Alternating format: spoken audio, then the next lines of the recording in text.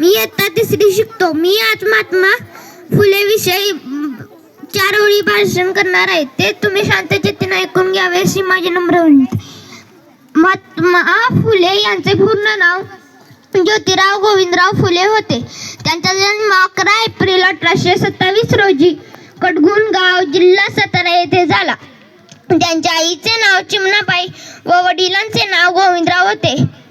विद्येविना मती गेली, मती विना नीती गेली, नीती विना गती गेली, गती विना वित्त गेले, वित्त विना शूद्र खचले.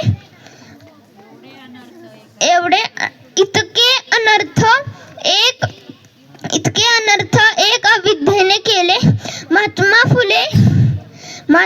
फुले यांनी भारतीय शिक्षण व्यवस्थेचा खूप बदल केला. ज्या काळी मुलींना शिकण्याचा अधिकार नव्हता, त्या काळी त्यांनी आपली पत्नी सावित्रीबाई फुले त्यांना साक्षर करून पुण्यात मुलींसाठी पहिली शाळा काढली.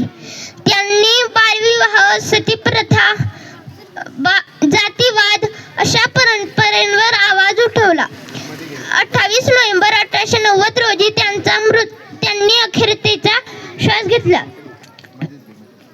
एवढे बोलून मी माझे भाषण संपवतो. जय हिंद, जय महाराष्ट्र.